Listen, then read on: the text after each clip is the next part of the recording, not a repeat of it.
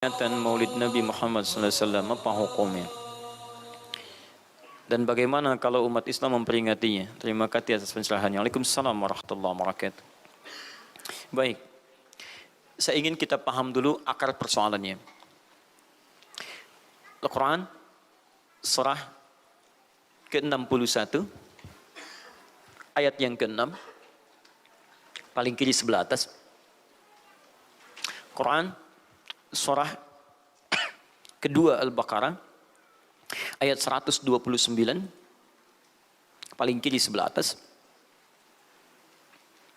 Kemudian Al-Quran, surah Yunus 10, ayat 57 sampai 58. Ditutup dengan At-Taubah di dua ayat terakhir. Taib. Sudah? Sekarang saya ingin coba kita membiasakan dulu untuk menilai sesuatu dengan penilaian secara ilmiah yang bersumber pada dalil-dalil yang ada, tidak sekedar menganalogikan dan main tebak-tebakan. Itu nggak baik dalam menyimpulkan hukum. Ya. Bismillah. Sekarang secara akademis, secara ilmiah, membahas sesuatu oleh para ulama diposisikan dulu, dispesialisasikan dulu dalam bentuk ta'rif namanya, definisi. Jadi kalau Anda ingin membahas sesuatu, kita harus sepakat dengan definisinya dulu. Ya, disebut dengan ta'rif. Ta'rif ini harus punya sifat jami' mani'. Jami' menghimpun semua unsur yang akan didefinisikan. Mani' mengeluarkan segala hal yang tidak terkait dengan definisi, sehingga pembahasan kita akan fokus pada hal yang akan dibincangkan. Awas, hati-hati. Kita ingin berbicara tentang sesuatu, tapi kita tidak sepakat dengan definisinya. Bagaimana bisa menyimpulkan hukumnya? Dan kelemahan orang-orang sekarang, ketika berbicara hukum, dia tidak tahu apa yang dibincangkan. Sekarang misal, kita akan bertanya tentang maulid. Apa hukumnya maulid? Kita harus sepakati dulu apa itu maulid. Awas, ini penting ini. Banyak masalah yang muncul sekarang, tapi tidak disepakati tentang ini. Banyak orang bahas tentang hukum musik. Hukum musik begini-begini. Begitu saya tanya apa itu musik, bingung dia jawab. Apa itu musik? Anda mesti sepakat dulu musik itu apa. Di zaman Nabi apa yang disebut dengan musik. Zaman sekarang apa yang disebut dengan musik. Ketika Nabi menyampaikan hukum musik, apa yang dimaksudkan oleh musik di situ. Kalau antum paham tentang definisinya, maka keluarkan turunan hukumnya. Maka lebih mengerti di situ. Nah sekarang maulid. Apa itu maulid? Sekarang begini. Maulid atau maulud? Mana yang benar? Bukan Allahu a'lam, harus dicari kita. Mana maulid atau maulud? Antum sibuk menilai, ini maulid tidak benar. Oh, jadi yang benar maulud. Maulud juga tidak benar. Masya Allah. Apa maulid, apa maulud? Baik, lihat. Kalau disebutkan maulid, itu waktu kelahiran. Waktu kelahiran. Awas, hati-hati nih ya, hati-hati. Ada kemarin saya lihat tulisan begitu bersemangat. Masya Allah, panjang-panjang nulis, ternyata salah paham. Pahamnya salah. Ya. Maulid itu ulang tahun. Bukan. Bukan ulang tahun maulid itu. Bukan ulang tahun, bukan peringatan ulang tahun maulid itu. Ingat baik-baik. Kalau pakai peringatan itu pakai Eid. Eid, Idul Milad, ya, hari kelahiran, peringatan hari kelahiran, ulang tahun. Tapi kalau cuma maulid itu waktu kelahirannya. Awas, hati-hati ya, hati-hati dalam memahami sesuatu. Kita masih detil dan jeli dalam memahaminya. Jadi kalau disebutkan maulid itu waktu kelahirannya. Kalau disebutkan maulud itu artinya bayi yang lahirnya. Bayinya yang dilahirkan. Nabinya. Kalau dalam konteks Nabi. Jadi kalau disandingkan dengan kalimat maulidun Nabi, artinya waktu lahirnya Nabi. Jelas ya? Kalau mauludun Nabi, maulud Nabi, itu artinya nabinya. Nabi yang dilahirkan. Jelas? Saya ulang. Maulid apanya? Waktunya. Kalau maulid Nabi artinya apa? Waktu Nabi dilahirkan. Baik, maulud artinya apa? Nabinya. Kalau maulud Nabi artinya apa? Nabinya yang lahir. Jelas sampai sini? Sudah. Ya, selesai pembahasan secara bahasanya. Nah, sekarang apa hukumnya maulid Nabi? Maulid Nabi enggak ada hukumnya. Karena waktu lahirnya Nabi, bagaimana kita bisa melekatkan hukum pada waktu lahirnya Nabi? Lahir ya lahir. Jelas ya? Ustaz, apa hukumnya maulid Nabi? Antum kenapa? Apa hukumnya waktu lahirnya antum? Antum lahir apa hukumnya? Kapan antum lahir? Ustaz, kapan antum lahir? 11 September. Apa hukumnya? Apa hukumnya? Apa hukumnya saya lahir? Lahir ya lahir. Jelas ya? Jadi kelahiran seseorang itu nggak ada hukumnya. Qadar Allah yang menjadikan dia terlahir, dan dengan kelahiran itu dia punya misi dalam kehidupan, mencari bekal untuk kembali kepada Allah Subhanahu wa taala. Jadi kalau bertanya hukum kelahiran seseorang, lahir ya lahir, gak ada hukumnya di situ.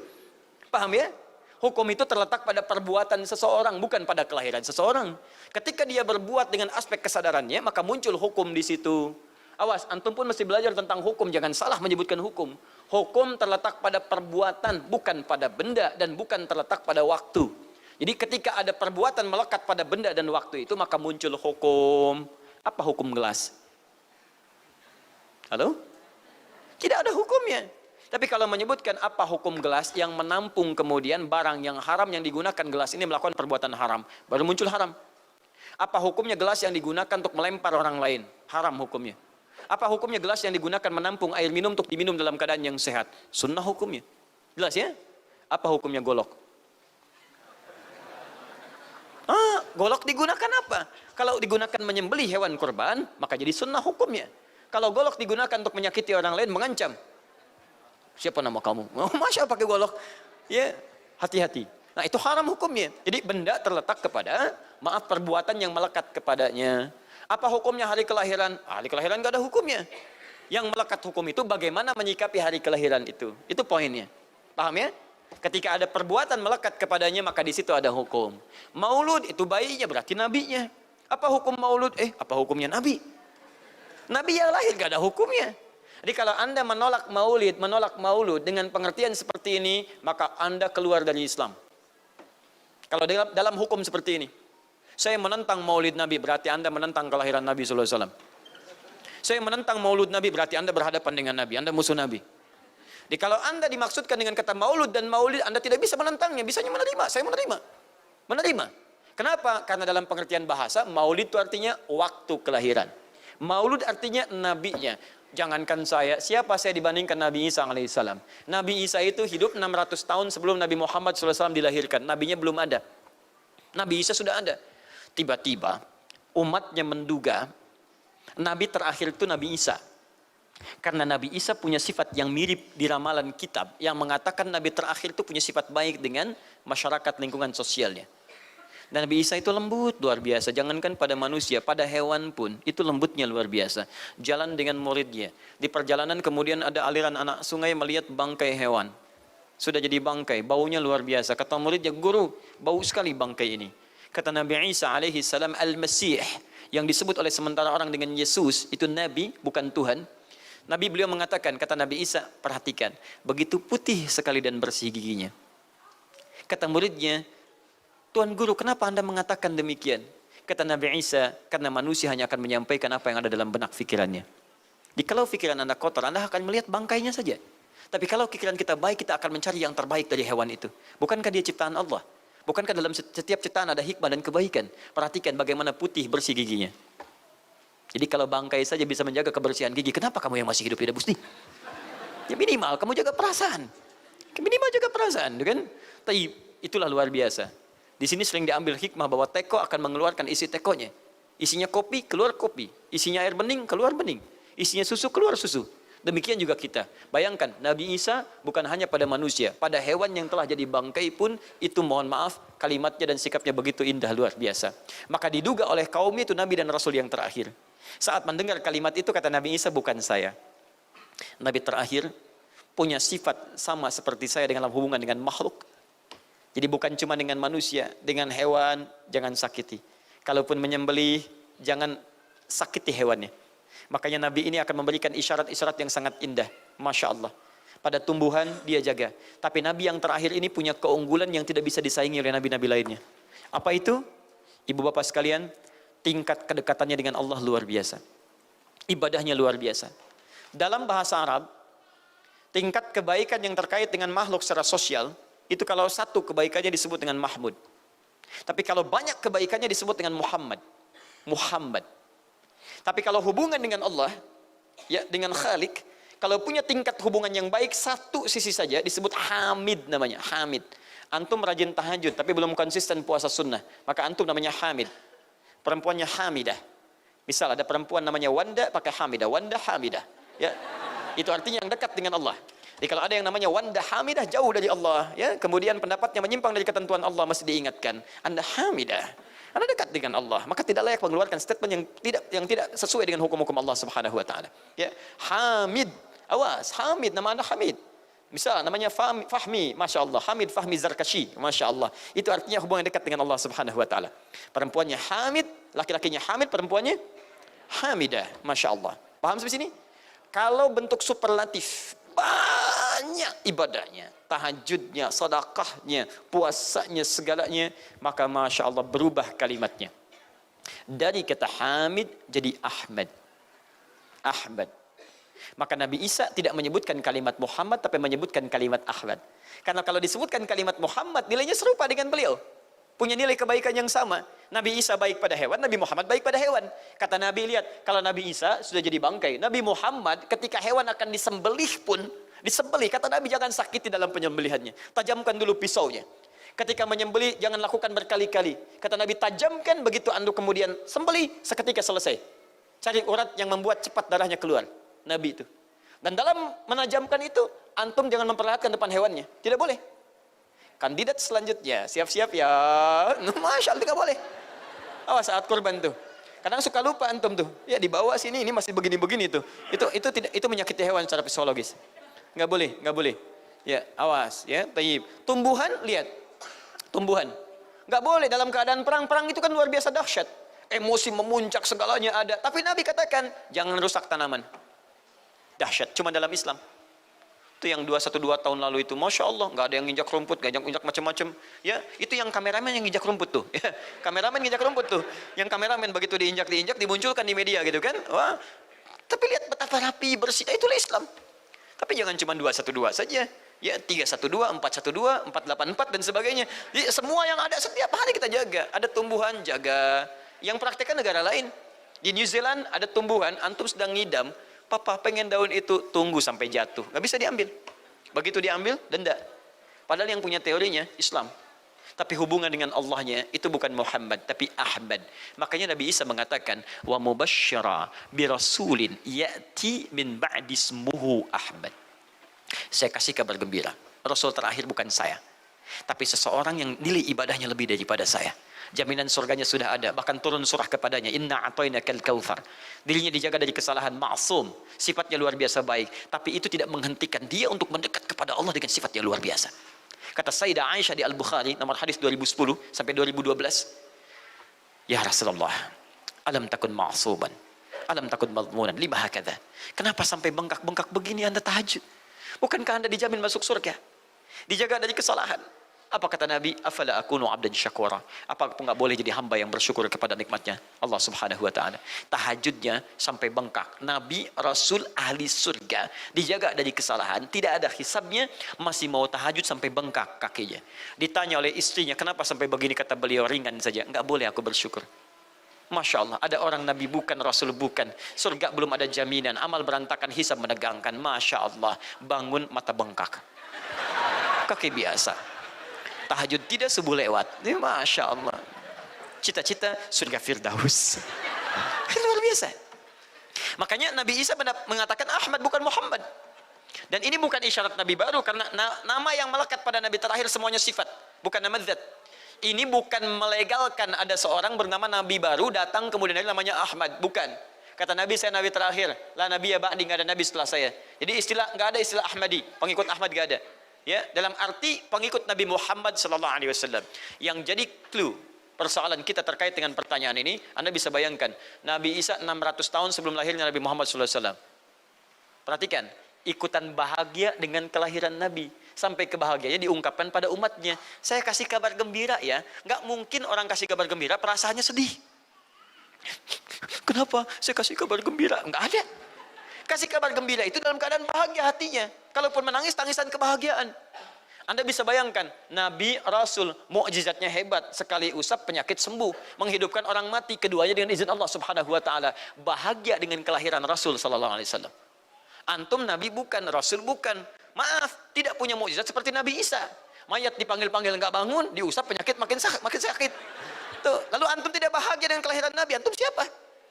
Nabi Isa aja bahagia, masa antum bukan Nabi tidak bahagia? Dan hebatnya, Ada orang bisa bahagia, nabinya belum lahir. Biasanya sifat bahagia dalam kelahiran itu setelah bayinya lahir, bukan sebelum lahir.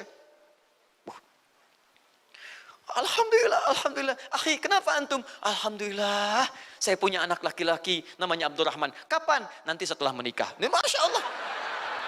Nikah aja belum, kenapa bisa memberikan kabar gembira? Antum kenapa, akhi? Itu lihat, akhi boy tiba-tiba seperti itu. Orang bingung. Akan bubar pengajian kalau ustadznya begitu. Ya, jadi mustahil ada orang memberikan kabar gembira ketika bayinya belum lahir. Tapi kemuliaan Nabi Muhammad SAW menjadikan seorang Nabi Isa belum lahir, nabinya sudah merasakan gembira dan memberikan kebahagiaan pada umatnya. Kalau bukan Nabi Muhammad, mustahil. Ada kemuliaan tersendiri bagi Nabi Muhammad SAW. Setiap Rasul menantikannya. Nabi Isa menantikan. Masa antum tidak menantikan itu? Jadi kalau ada orang menolak maulid dalam arti waktu kelahirannya, maka dia telah ingkar pada Nabi Muhammad SAW. Maulud Nabi Ibrahim alaihissalam. Antum kenal Nabi Ibrahim? Oh, Masya Allah. Luar biasa.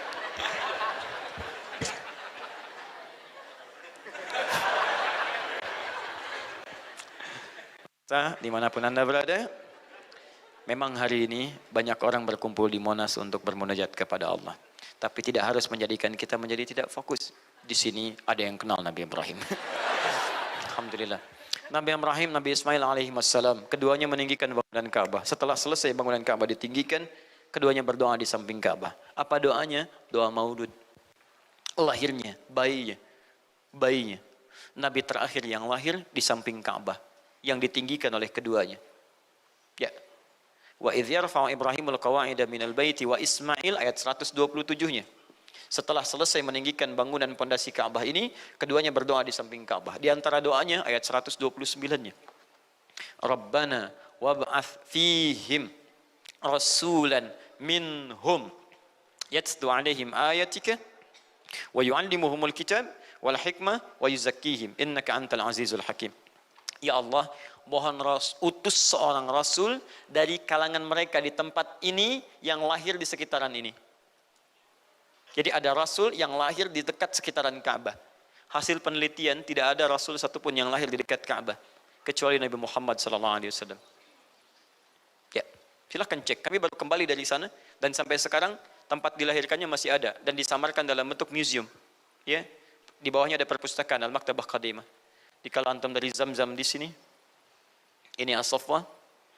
Ya, nyebrang sedikit ini Istana Raja, dalam jarak cuma 15 meter ke sini kurang lebih. Lurus ke sini, kemudian belok langsung ke sebelah kanan. Di sini ada jembatan ke atas, ke lantai yang ketiga, ya, naik ke sini. Kemudian di sini antum langsung belok ke pintu sini.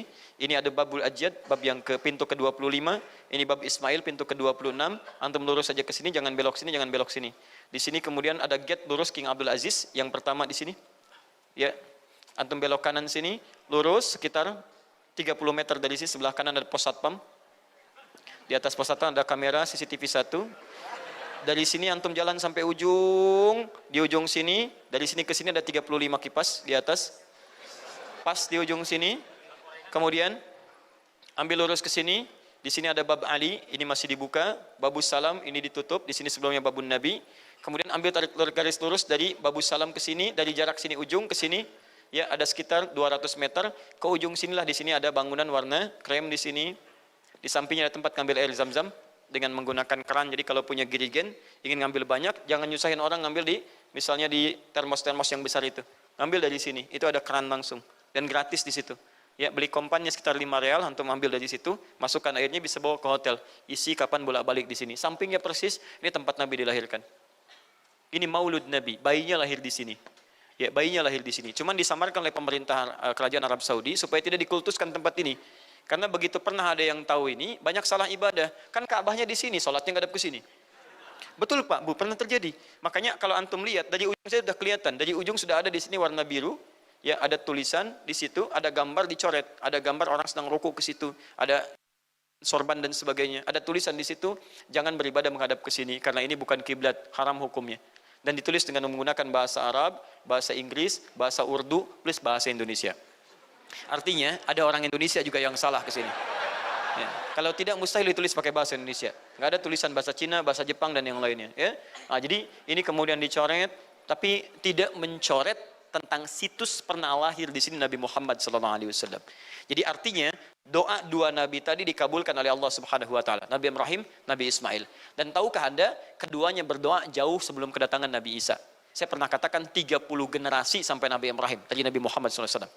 Muhammad SAW bin Abdullah, bin Abdul Muttalib, bin Hashim, bin Abdul Manaf, bin Qusay, bin Murrah, bin Kilab, bin Ka'ab, bin Ghalib, bin Fihir, bin Malik, bin Nadar, bin Kinana, bin Khuzaimah, bin Mudrikah, bin Ilyas alaihissalam, bin Nizar, bin Mudar, bin Ma'ad, bin Adnan, bin Addi, bin Adri, bin Muqawwam, bin Nahur, bin Tarif, bin Ya'ruf, bin Yasjub, bin Nabit, bin Ismail alaihissalam, bin Ibrahim alaihissalam.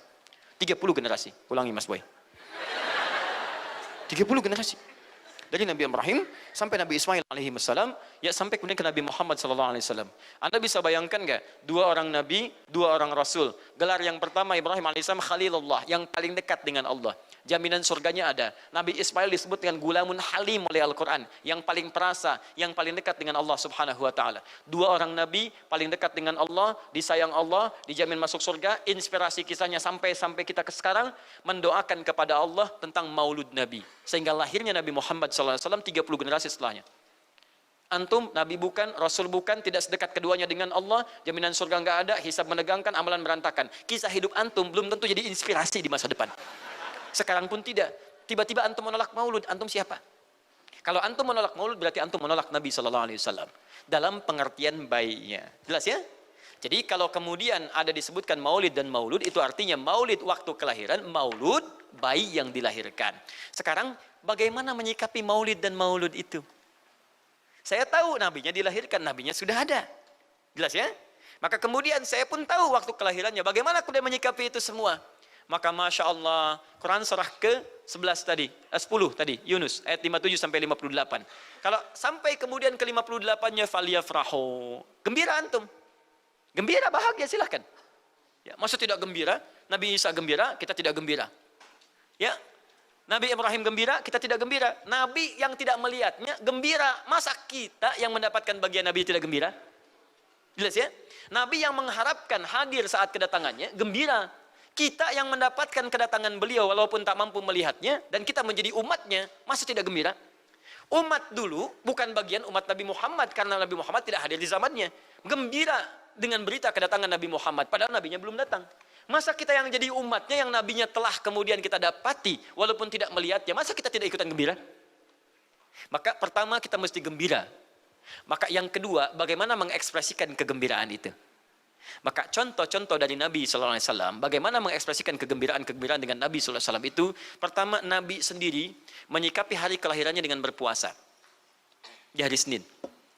Jelas ya? Ini bagi Nabi sendiri pribadinya. Nanti jadi hukum untuk kita. Maaf saya akan tafsirkan lebih luas karena ini jadi hukum-hukum turunan. Ketika Nabi puasa di hari Senin ditanya, ya Rasulullah kenapa engkau puasa? Kata Nabi, dzaka yauma wulidtu, bima makna. Ini adalah hari aku dilahirkan. Hari aku dilahirkan. Jadi ini hukum kelahiran. Kalau antum misalnya masuk pada hari dilahirkan, boleh antum ikuti sunnah Nabi SAW. Apa sunnahnya? Puasa. Puasa. Kenapa puasa? Nabi SAW mencontohkan puasa. Hari Senin beliau puasa. Ketika antum puasa Senin, bukan cuma puasa sunnah, tapi ada nilai di situ. Nah kalau hari lahirnya antum bertepatan dengan hari yang tidak diperkenankan puasa, seperti Jumat misalnya, hari kita bahagia, maka kata para ulama, ambil hikmah dari nilai puasa itu. Puasa itu kan dua hikmahnya. Satu, meningkatkan ibadah yang baik. Kedua, mencegah maksiat. Silahkan cek, bukankah saat puasa ibadah antum meningkat? Silahkan cek, saat puasa. Jangankan yang fardu, yang sunnah dikejar kan? Jangankan koran yang dibaca, Al-Quran dibolak-balik. Maksiat ditekan, tidak ada orang puasa maksiat. Tidak ada. Ya, bahkan pelaku maksiat pun saat puasa, libur maksiatnya. Minimal takut batal puasanya. Jangankan maksiat, maaf, mencela orang pun dia tahan, berdusta dia tahan. Jam 5 bu, tinggal 1 jam mau buka, dicela orang habis-habisan. Oh, nggak balas dia. Kenapa nggak balas? Kan biasanya antum keras. Habis maghrib, habis maghrib, luar biasa. Habis maghrib tuh, begitu maghrib lupa, habis maghrib lupa. Ya kenapa? Dia jaga. Jadi hikmah orang puasa itu kalau sudah puasa, ibadahnya meningkat, maksiatnya hilang. Jadi kalau antum ikut rajin puasa, ibadah tidak meningkat, maksiatnya tetap ada. Ada yang salah dengan puasa antum. Makanya ketika datang hari kelahiran, sebetulnya yang paling tepat, kalau antum bertepatan dengan waktu-waktu sunnah puasa, antum puasa. Senin, antum puasa. Tapi kalau tidak bertepatan dengan waktu itu, hikmah puasa yang antum ambil. Antum koreksi diri sampai dengan hari kelahiran itu, berapa banyak ibadah sudah antum kumpulkan, berapa maksiat antum harus tangisi. Itu hikmah terbesarnya. Bukan rame-rame. Tiup lilinnya. Masya Allah, lilin ditiup, maksiat terus muncul. Apa faedahnya? Kasihan lilin tuh, udah dibakar, ditiup, kan? Antum yang salah. Paham ya, teman-teman sekalian? Nah, sekarang bagaimana para sahabat menyikapi kelahiran Nabi sallallahu alaihi wasallam, kedatangan Nabi sallallahu alaihi wasallam, dan menyikapi keberadaan Nabi sallallahu alaihi wasallam. Bukan cuma lahirnya, tapi setiap kedatangannya. Nabi datang dari Madinah, dari Mekah ke Madinah disambut oleh para sahabat yang ada di sana. Nabi datang dengan perang Tabuk, dari perang Tabuk disambut oleh para sahabat di sana. Tala al-badru alaina min thaniyatil wada'i, wajaba syukru alaina bada'alillahi da'i. Masya Allah, disambut dengan madid. Bukti kesenangan mereka kepada Nabi sallallahu alaihi wasallam. Ada yang memuji Nabi sallallahu alaihi wasallam seperti Hasan bin Thabit, buat puisi-puisi memuji Nabi. Seperti Zuhair bin Abi Salma, tadinya musuh Nabi, begitu masuk Islam memuji Nabi sallallahu alaihi wasallam. Ada yang lagi kemudian menghormati Nabi dengan kedatangannya, dengan mengikuti Nabi kemanapun. Nabi mencontohkan, amalkan. Nabi mengajarkan, ikuti. Masya Allah. Begitu Nabi meninggal, diabadikanlah kemudian nilai-nilai penghormatan itu. Ada yang menulis sejarah tentang Nabi. Ada yang menulis pujian kepada Nabi dalam bentuk sholawat. Ada yang menulis tentang amalan-amalan Nabi. Ada yang menulis tentang pengajaran-pengajaran Nabi. Dikumpulkan dan sampailah itu kemudian kepada kita semuanya. Dan itulah cara terbaik menyikapi tentang maulud dan maulid. Apa cara terbaiknya? Keluarkan ayat-ayat Qur'annya. 1. Quran surah ke-33 ayat 21-nya. Laqad kana lakum fi Rasulillahi uswatun hasanah. Sungguh ada pada diri Nabi sallallahu alaihi wasallam suri teladan terbaik untuk kita. Maka jika antum misalnya hadir momentum kelahiran Nabi sallallahu alaihi wasallam, maaf, biasanya kalau ada momentum-momentum tertentu orang bersemangat untuk mengingatnya. Silahkan cek. Hari pahlawan, ingat para pahlawan. Hari pahlawan berakhir, tidak ingat lagi. Hari kemerdekaan, ingat sampai pinang dipanjat-panjat. Ya, begitu dipanjat, kenapa panjat pinang? Masya Allah, menghormati pahlawan. Apa ada pahlawan sampai naik panjat pinang? Luar biasa. Ada yang tarik tambang, ya, menghadirkan energi para pahlawan. Antum bisa bayangkan, momentumnya ada. Begitu hilang itu semua, tiba-tiba hilang lagi kemudian ingatan kita. Artinya, selalu ada momentum untuk mengajak kita mengingat sesuatu. Begitu Ramadan, ingat lagi amalan. Hilang Ramadan, hilang lagi kemudian amalan. Nah, jadi apa yang terbaik dihadirkan? Ketika ada momentum itu, maka para ulama kemudian mencoba untuk menampilkan nilai-nilai tadi untuk mengembalikan kita pada tuntunan Nabi sallallahu alaihi wasallam. Maka ditulislah kemudian sirah-sirah Nabi, disampaikan untuk mengenalkan Nabi Muhammad sallallahu alaihi wasallam. Mumpung mereka ingat, disampaikanlah pengajaran-pengajaran tentang Nabi. Disampaikan ada pujian-pujian salawat kepada Nabi. Kalau yang dimaksudkan tentang nilai-nilai ini, maka dari dulu sudah ada. Sudah ada. Dan yang sudah ada ini tidak dibatasi dengan waktu. Bukan muncul Rabiul Awal saja. Rabiul Awal ke Safar, datang lagi itu. Safar sebelumnya Safar, Rabiul Awal kemudian ke Rabiul Akhir, muncul itu. Ke Jumada, muncul itu. Jadi maulid itu tidak dibatasi dengan waktu. Setiap waktu itu maulid. Maulud tidak dibatasi dengan waktu. Setiap waktu itu maulud. Tapi kalau ada momentum bersamaan dengan waktu kelahirannya, kemudian kita hidupkan untuk mengenal kepada Nabi, dalam bentuk yang tadi disunahkan dalam Al-Quran dan Sunnah, itu tidak ada masalah. Yang ada masalah itu adalah ketika menghadirkan hal-hal yang bertentangan dengan Al-Quran dan Sunnah Nabi Sallallahu Alaihi Wasallam. Misal, maaf, dulu orang sudah terbiasa mengkaji tentang Nabi, menyampaikan risalah Nabi. Kemudian diisi misalnya, maaf, dengan hal-hal yang bertentangan dengan keadaan-keadaan Nabi. Misal, saya ingin mengajarkan tentang Nabi, tapi ketika mengajarkan tiba-tiba mengatakan pada saat ini Nabi pun datang bergabung bersama kita. Itu yang tidak kita sepakati. Jelas ya? Misal yang kedua, antum nih, mohon maaf, kerja di instansi, bertepatan dengan Maulid Nabi, kita adakan peringatan. Padahal antum cuma ingin mengeluarkan anggaran saja dari situ. Itu bid'ah. Bid'ah. Mengeluarkan anggaran, sekedar hanya ingin dapat anggaran untuk dalam momentum Maulid Nabi, itu yang bid'ah. Maulid bukan makan-makan. Jadi kalau antum mengadakan Maulid Nabi hanya sekedar untuk makan-makan, itu yang bid'ah. Tapi kalau antum ingin belajar menghadirkan momentum itu untuk mengisi ta'lim, sama aja dengan ta'lim kita sekarang. Apakah ada hadis Nabi mengatakan ta'lim khusus di hari Ahad jam 8 pagi sampai jam 10? Tidak ada. Jadi ta'lim kita bid'ah ini. Jadi kalau antum pahami setiap yang tidak ada contohnya itu bid'ah, Masya Allah, maka akan ada banyak bid'ah dalam kehidupan. Mushaf itu bid'ah, karena nggak ada contohnya zaman Nabi Sallallahu Alaihi Wasallam. Antum dari ujung kepala sampai ujung kaki itu bid'ah, karena antum tidak ada di zaman Nabi Sallallahu Alaihi Wasallam. Ya, jadi jangan langsung menilai bahwa setiap maulid itu bid'ah. Bukan. Kalau momentum itu ingin diisi dengan ta'lim, ingin memperkenalkan Nabi, ingin mengajarkan syariat-syariat Islam, maka itu tidak ada masalah. Itu mengamalkan petunjuk-petunjuk ayat, bukan mengkhususkan di waktu itu, bukan. Karena ta'lim itu dibuka di setiap waktu, tapi menjadikan waktu itu untuk momentum, karena setiap orang sedang ingat Nabi pada saat itu.